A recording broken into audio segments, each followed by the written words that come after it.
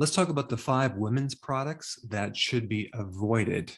Now, there are always alternatives, everything toxic out there. And when we talk about products, there are still things on the market that are very unsafe, very toxic, and you need to be aware of them. So let's start with compact powder. So we're talking about talc powder or talcum powder, and they use that in all sorts of women's products, from creams to finishing powders, materials that are used for eyeshadow, blushes, foundations, and many beauty creams. Now, talc is the softest mineral, and it's highly absorbable, so it'll absorb the oil from your skin and give you an appearance of kind of a soft, silky texture, at least at first. Now, here's the problem with talcum powder. When they mine it, it always comes with something else called asbestos.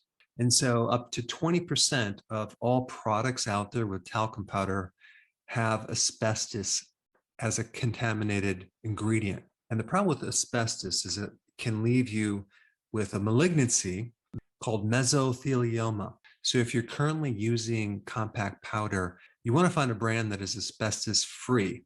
Now, there's 2 sites that I put in the description that you can find a non-toxic talcum powder. All right, number 2, nail polish and nail remover. Boy, I don't understand how some people that work in the environment of doing nails can tolerate the toxicity of these chemicals.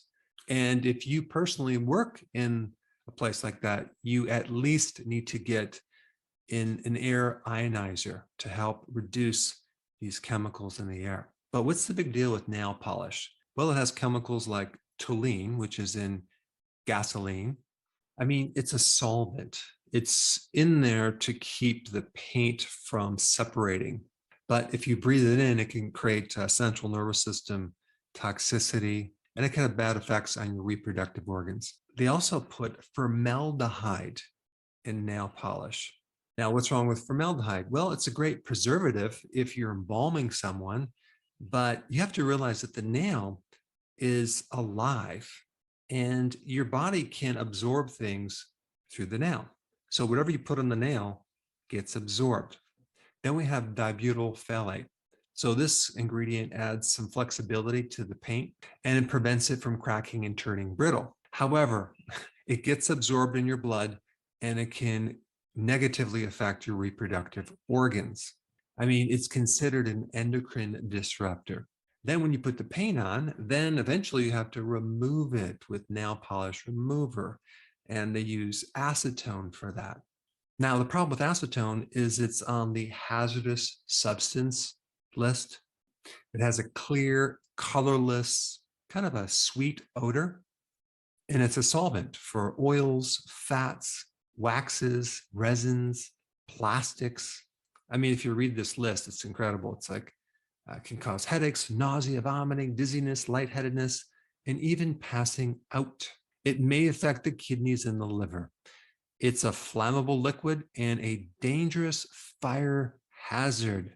Oh yeah, and then in the first aid section, skin contact. Quickly remove contaminated clothing. Immediately wash contaminated skin with a large amount of soap and water. Well, guess what? You're putting this right on the surface of your body.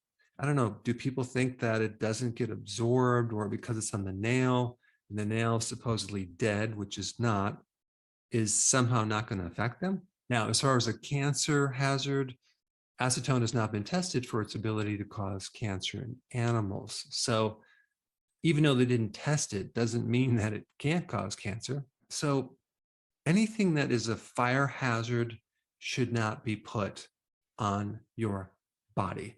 What I recommend is simply find an eco-friendly, non-toxic nail polish and nail remover. They have them, and I'll put a link down below with a few that I found. All right, number 3, intimate wash products.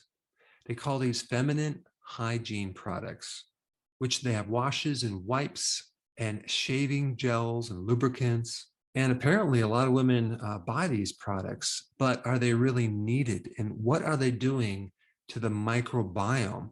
that lives in the vaginal canal. The chemicals are killing the microflora and altering the pH.